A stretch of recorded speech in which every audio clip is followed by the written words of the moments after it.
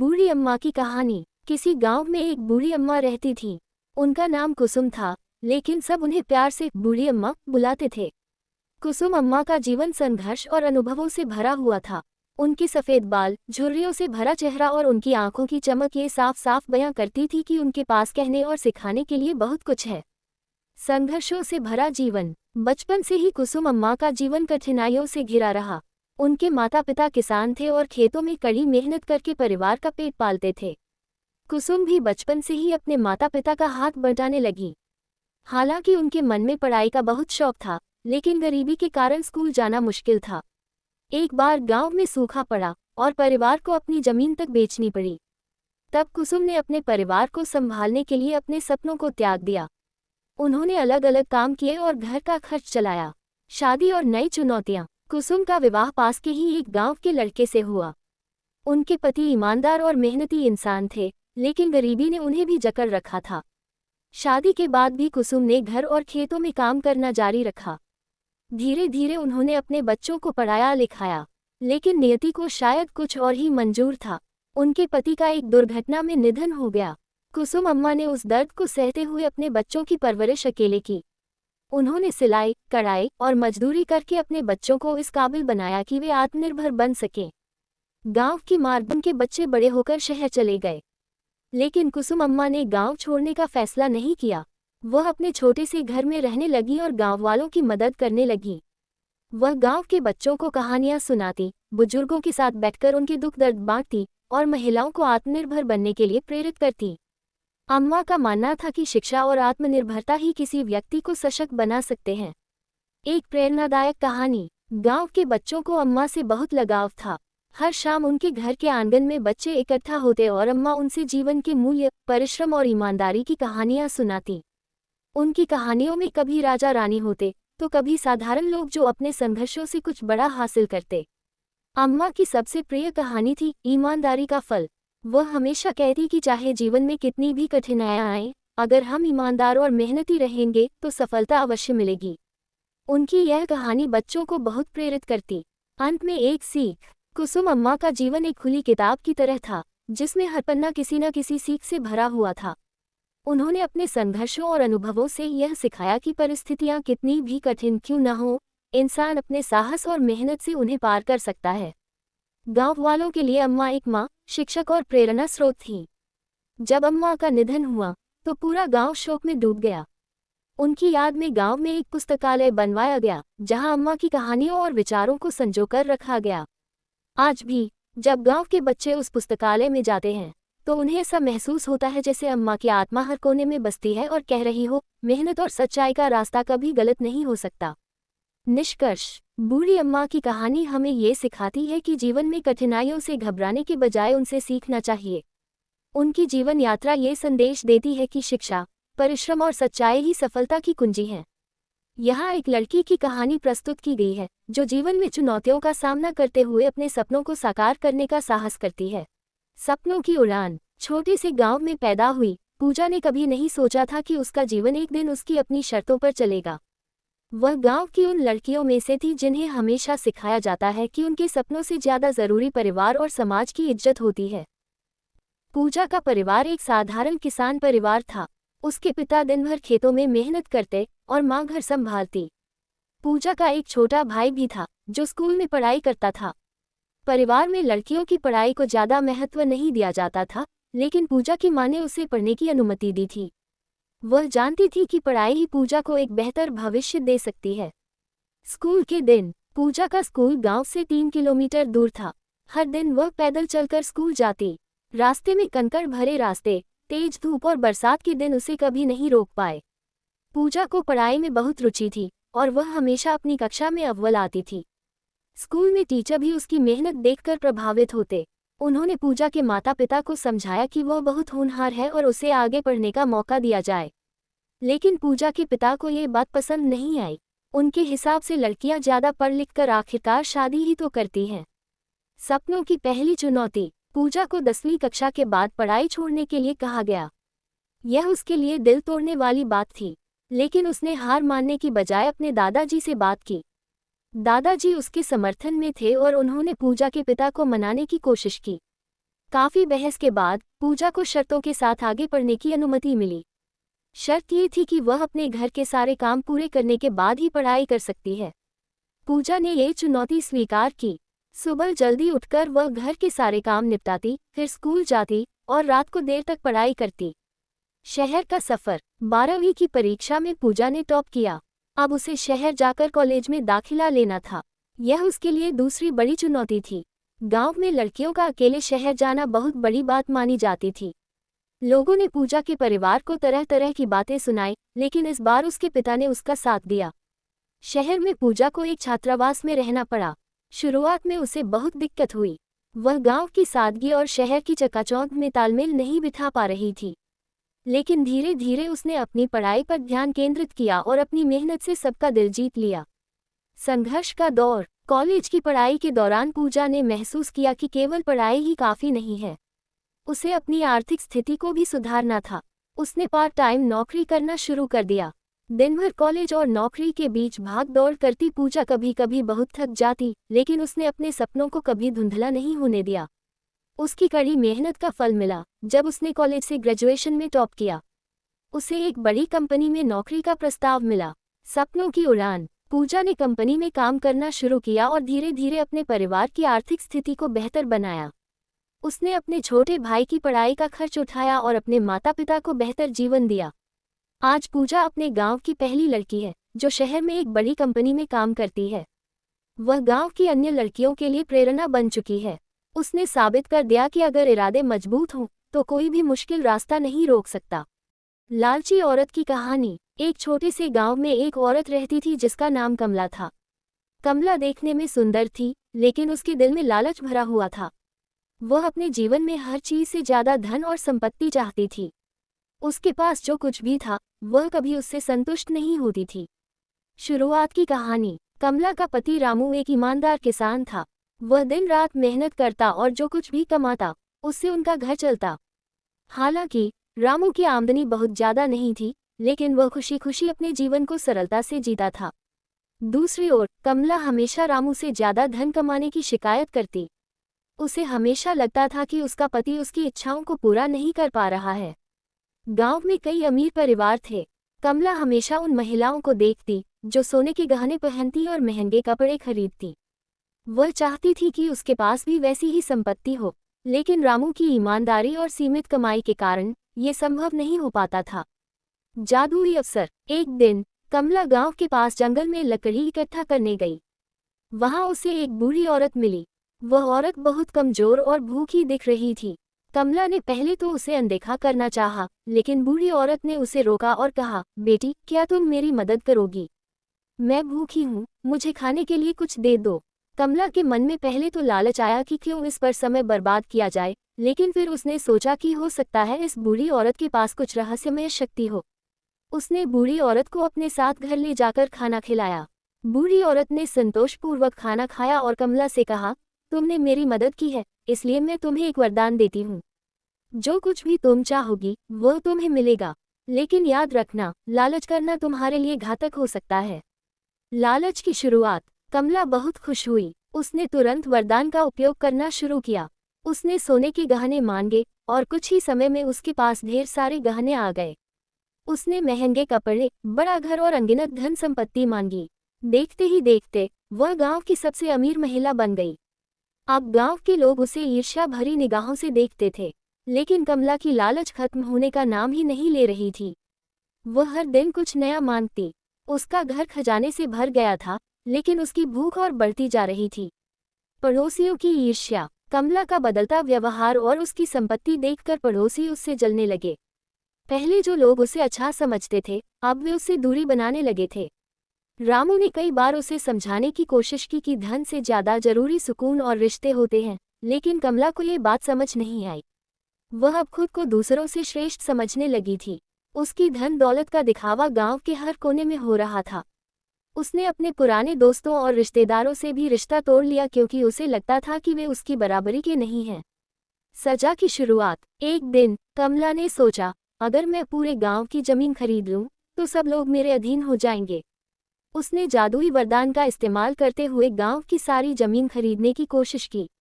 लेकिन जैसे ही उसने यह इच्छा की, उसके घर की सारी संपत्ति धीरे धीरे गायब होने लगी। कमला घबरा गई और उसने फिर से बूढ़ी औरत को याद किया। वह जंगल में जाकर बूढ़ी औरत को ढूंढने लगी। कई घंटे की खोज के बाद बूढ़ी औरत प्रकट हुई।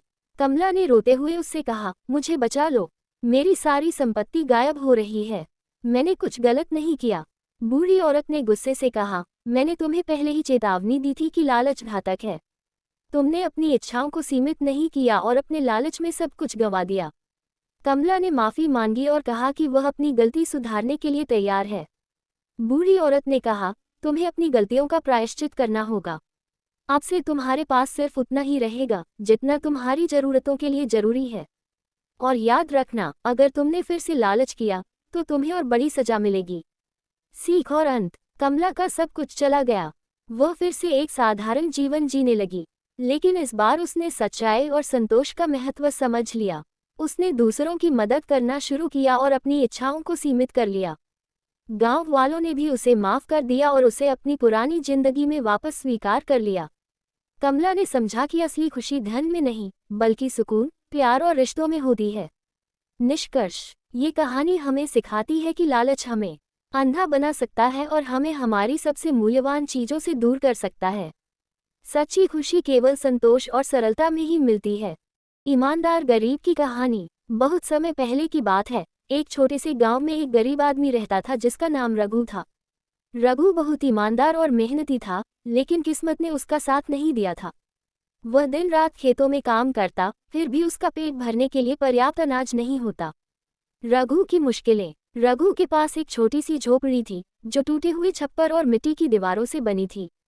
बारिश के दिनों में छप्पर से पानी टपकता और सर्दियों में ठंड से झोपड़ी कांपने लगती। रघु का परिवार भी उसकी स्थिति से परेशान था। उसकी पत्नी गौरी और 2 बच्चे मुन्ना और सीमा हमेशा सोचते कि कैसे उनकी जिंदगी बेहतर हो सकती है। गौरी ने एक दिन कहा, रघु, क्यों न तुम गांव के साहूकार से मदद मांग लो, शायद वह कुछ उधार दे दे। रघु ने उत्तर दिया, गौरी, मैं किसी के सामने हाथ फैलाना नहीं चाहता। अपनी मेहनत से ही अपनी स्थिति सुधारूंगा। ईमानदारी का परिचय। रघु के पास एक पुराना बैल था, जो उसकी खेती में मदद करता था। एक दिन जब वह खेत से लौट रहा था, तो उसे रास्ते में एक चमचमाती थैली मिली। उसने उठाकर देखा तो उसमें सोने के सिक्के भरे हुए थे। रघु की आंखें चौंधिया गईं। उसने सोचा, अगर मैं ये सोने के सिक्के अपने पास रख लूं, तो मेरी गरीबी हमेशा के लिए खत्म हो जाएगी। मेरे बच्चे अच्छे कपड़े पहनेंगे और भरपेट खाना खा सकेंगे। लेकिन अगले ही पल उसके मन में दूसरी बात आई, ये सोना मेरा नहीं है, इसे रखना चोरी के बराबर होगा। मुझे इसे इसके असली मालिक तक पहुंचाना चाहिए। साहूकार का सोना। रघु ने गांव में जाकर पूछताछ की कि यह सोने की थैली किसकी है। उसने सभी को इकट्ठा किया और कहा, मैंने ये थैली रास्ते में पाई है। इसका मालिक कौन है, कृपया सामने आए। गांव के लोग हैरान थे कि कोई इतना ईमानदार भी हो सकता है। कुछ देर बाद गांव का साहूकार सामने आया।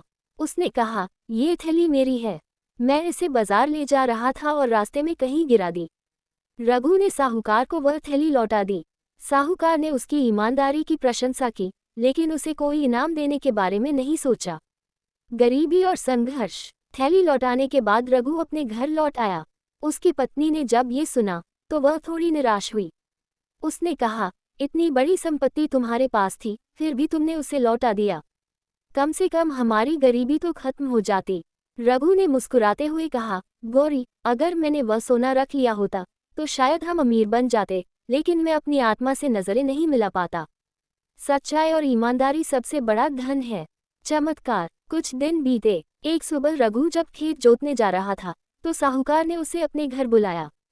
साहूकार ने कहा, रघु, मैं तुम्हारी ईमानदारी से बहुत प्रभावित हुआ हूँ। तुमने जो किया वैसा आजकल कोई नहीं करता, इसलिए मैं तुम्हें अपनी कुछ जमीन देना चाहता हूँ।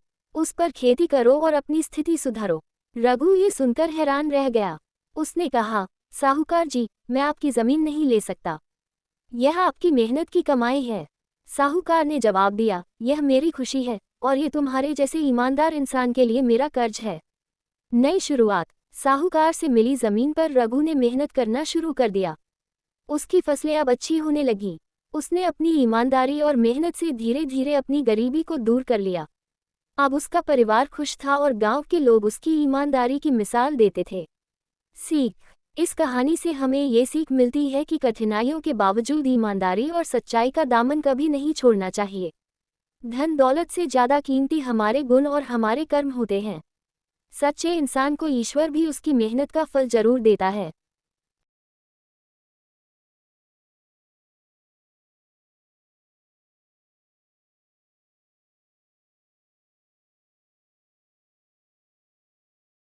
उत्तर प्रदेश के एक छोटे से गांव में रघु नाम का एक किसान रहता था। रघु मेहनती और ईमानदार व्यक्ति था। उसकी दुनिया उसके छोटे से खेत और बेटे के इर्द गिर्द घूमती थी। रघु का बेटा अर्जुन एक होनहार लड़का था, लेकिन वह पढ़ाई के बजाय शहर की चमक धमक से बहुत प्रभावित था। रघु को अपने बेटे से बहुत उम्मीदें थीं। वह चाहता था कि अर्जुन पढ़ लिख कर बड़ा आदमी बने और उस गरीबी से बाहर निकले जिसमें वे रहते थे। लेकिन अर्जुन का मन पढ़ाई में नहीं लगता था। वह हमेशा दोस्तों के साथ समय बिताता और अपने पिता की बातों को नज़रअंदाज कर देता। रिश्ते में बढ़ती दूरियां। रघु सुबह से शाम तक खेत में मेहनत करता था। वह चाहता था कि अर्जुन उसकी मदद करे, लेकिन अर्जुन को खेती से नफरत थी। एक दिन रघु ने अर्जुन से कहा, बेटा, ये खेती हमारी जिंदगी है। अगर तुम मेरी मदद नहीं करोगे तो हमारा गुजारा कैसे होगा? लेकिन अर्जुन ने तुनक कर जवाब दिया, पिताजी, मैं किसान नहीं बनना चाहता। मुझे शहर जाना है और कुछ बड़ा करना है। रघु ने समझाने की कोशिश की, शहर की जिंदगी आसान नहीं होती बेटा। वहाँ जो चमक धमक दिखती है, उसके पीछे बहुत संघर्ष छुपा होता है। लेकिन अर्जुन के मन में शहर जाने की धुन सवार थी। अर्जुन का शहर जाना। कुछ दिनों बाद अर्जुन ने अपने पिता से झगड़ा किया और बिना कुछ बताए शहर चला गया। रघु ने अपने बेटे को रोकने की कोशिश की, लेकिन अर्जुन ने उनकी एक न सुनी। शहर पहुंचकर अर्जुन ने शुरुआत में खुद को आज़ाद महसूस किया। उसने एक छोटी नौकरी शुरू की और सोचा कि वह जल्द ही अमीर बन जाएगा। लेकिन शहर की जिंदगी वैसी नहीं थी जैसा उसने सोचा था। खाने, रहने और दूसरी ज़रूरतों के लिए उसे अपनी कमाई का बड़ा हिस्सा खर्च करना पड़ता। धीरे धीरे अर्जुन को एहसास होने लगा कि शहर की जिंदगी उतनी आसान नहीं है। गांव में पिता का संघर्ष। अर्जुन के जाने के बाद रघु पूरी तरह अकेला हो गया। खेत की सारी जिम्मेदारी अब उसी के कंधों पर थी। उम्र बढ़ने के साथ उसकी ताकत भी कम हो रही थी, लेकिन उसने हार नहीं मानी। वह दिन रात खेत में काम करता ताकि अपना और बेटे का खर्चा चला सके। रघु हर महीने अर्जुन को कुछ पैसे भेजता, ये सोचकर कि उसका बेटा किसी मुश्किल में न पड़े। लेकिन अर्जुन कभी फोन करके अपने पिता का हाल नहीं पूछता। शहर में अर्जुन की परेशानी। शहर में अर्जुन की नौकरी छूट गई। दोस्तों ने भी उसका साथ छोड़ दिया। अब उसके पास रहने और खाने के लिए पैसे नहीं बचे थे। उसने कई जगह नौकरी ढूंढी, लेकिन कोई काम नहीं मिला। एक दिन भूख से परेशान होकर उसने अपने पिता को फोन किया। रघु ने बिना कुछ पूछे कहा, बेटा, तुम वापस आ जाओ। यहाँ तुम्हारे लिए घर और प्यार दोनों हैं। लेकिन अर्जुन ने अपनी गलती मानने के बजाय कहा, पिताजी, मुझे पैसे भेज दीजिए। मैं यहाँ रहकर अपनी किस्मत बदलना चाहता हूँ। रघु ने अपने आखिरी पैसे भी बेटे को भेज दिए, लेकिन अर्जुन की हालत में कोई सुधार नहीं हुआ। पिता का बलिदान। एक दिन रघु की तबीयत अचानक खराब हो गई। गांव के डॉक्टर ने बताया कि उन्हें आराम की जरूरत है, लेकिन रघु ने अपनी परवाह नहीं की। उसने सोचा, अगर मैं काम नहीं करूंगा तो अर्जुन का क्या होगा? वह अपनी सेहत की परवाह किए बिना खेत में काम करता रहा। अर्जुन की घर वापसी। कुछ महीनों बाद अर्जुन को पता चला कि उसके पिता की तबीयत बहुत खराब हो चुकी है। ये खबर सुनकर वह तुरंत गांव लौटा। गांव पहुंचते ही उसने देखा कि उसका पिता कमजोर हो चुका है, लेकिन उसकी आंखों में अपने बेटे के लिए प्यार अभी भी बरकरार था। अर्जुन ने रघु के पैरों पर गिरकर कहा, पिताजी, मुझे माफ कर दीजिए। मैंने आपकी बात नहीं मानी और अपनी जिंदगी बर्बाद कर ली। रघु ने मुस्कुराते हुए कहा, बेटा, माफी मांगने की जरूरत नहीं। तुम मेरे लिए सबसे बड़ी दौलत हो। बस अब से अपनी जिम्मेदारियों को समझो और मेहनत करो। नई शुरुआत। अर्जुन ने गांव में रहकर अपने पिता के साथ खेती करना शुरू किया। उसने आधुनिक तरीकों से खेती करना सीखा और अपने खेत की पैदावार बढ़ाई। धीरे धीरे उनकी आर्थिक स्थिति में सुधार हुआ। अर्जुन ने अपने पिता का सपना पूरा किया और गांव में एक नया स्कूल और स्वास्थ्य केंद्र बनवाया। अब रघु गर्व से अपने बेटे को देखता और सोचता, मेरा बेटा सचमुच बड़ा आदमी बन गया है। निष्कर्ष। ये कहानी एक पिता और बेटे के रिश्ते की गहराई को दिखाती है। ये हमें सिखाती है कि परिवार का प्यार और समर्थन किसी भी मुश्किल समय में सबसे बड़ी ताकत हो सकता है। रिश्तों में आए दूरियों को माफ करके नया अध्याय शुरू किया जा सकता है।